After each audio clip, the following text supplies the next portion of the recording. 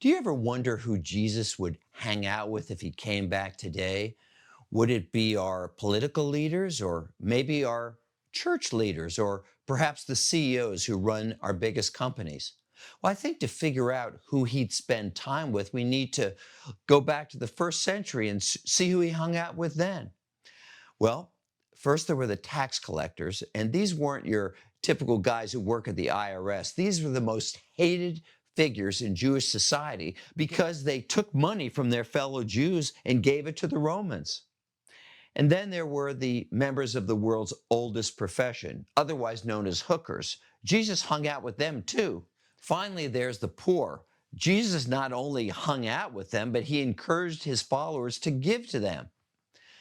Now, as far as the more powerful groups in society, especially the religious leaders, he didn't have very kind words about them. He called them unwashed tombs and vipers and hypocrites.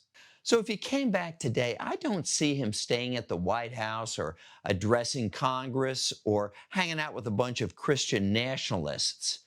I think to answer the question of who he'd spend time with, we need to ask, well, who are the real dregs of our society?